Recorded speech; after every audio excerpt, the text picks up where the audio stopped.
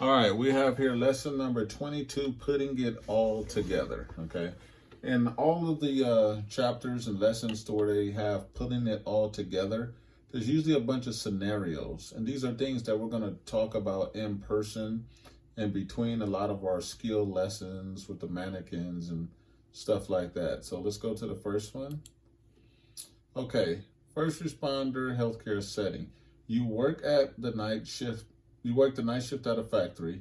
You arrive early, and as you approach the time clock, you notice a crowd of people gathering. You find a 50-year-old male on the ground in the middle of the crowd. You are the only one that is trained in CPR or first aid. Trained security officers with AEDs are available in the building, and everyone in the office is trained on how to access help within the building.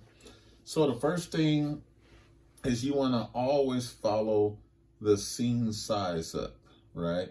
So before we enter any scene, it's going to be the same routine.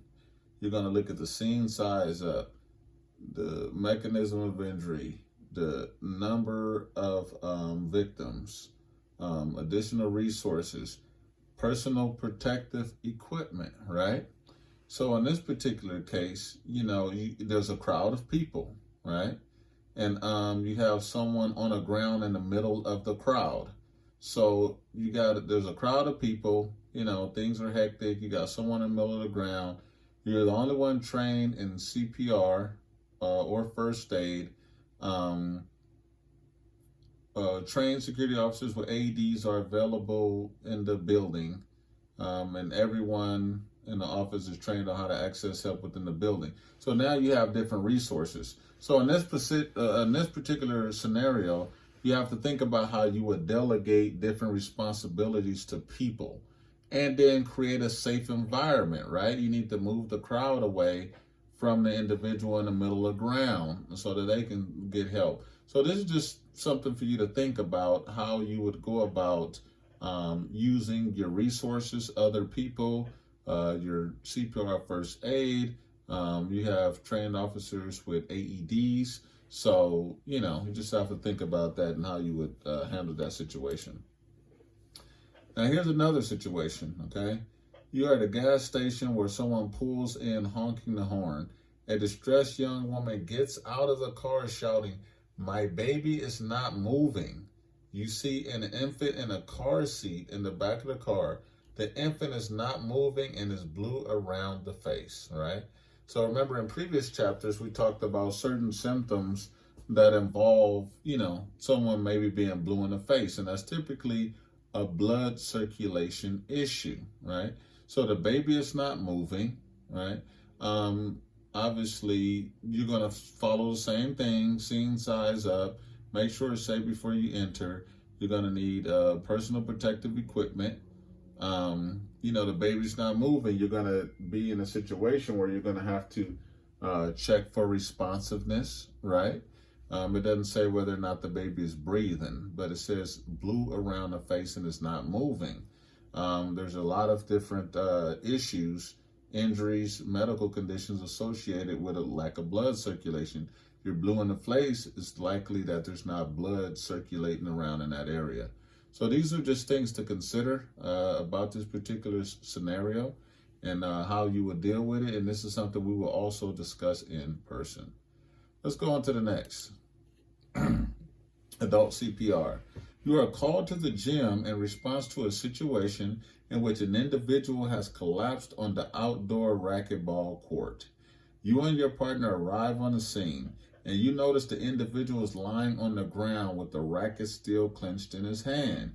You go to the patient with your medical kit while your partner gets the rest of the equipment and a stretcher.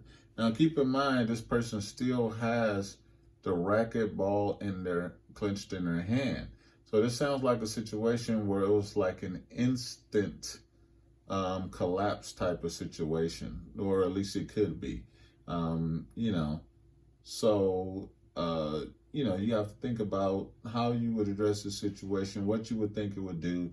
We always have in mind exactly how we're going to do something until something real happens and our emotions kick in.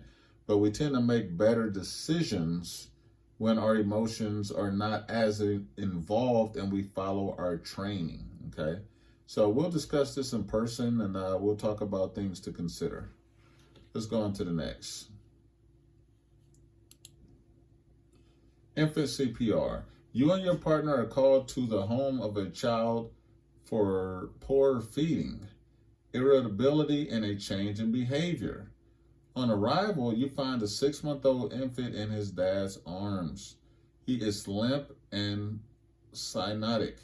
The dad states that the child was crying until about a minute ago. Your partner goes back to the vehicle to retrieve equipment for an infant.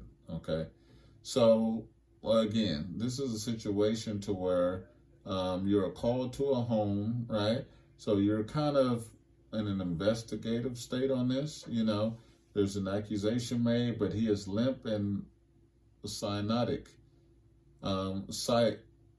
cyanotic. So, you know, this is another situation where, you know, it's kind of tough situation. The circumstances can be hectic, and we'll talk about in person how you think you should deal with this and what's the best approach. Okay, so putting it all together, cardiovascular disease is the leading cause of death in the United States. And let's talk about here the adult cardiac chain of survival, right? Recognition of a cardiac emergency, recognizing it, and activating the emergency response system. Early CPR is important. Why? You want to get the blood circulating back over the heart. When you're doing chest compressions, you're trying to get that blood circulating back around that heart area, okay? Early defibrillation, right?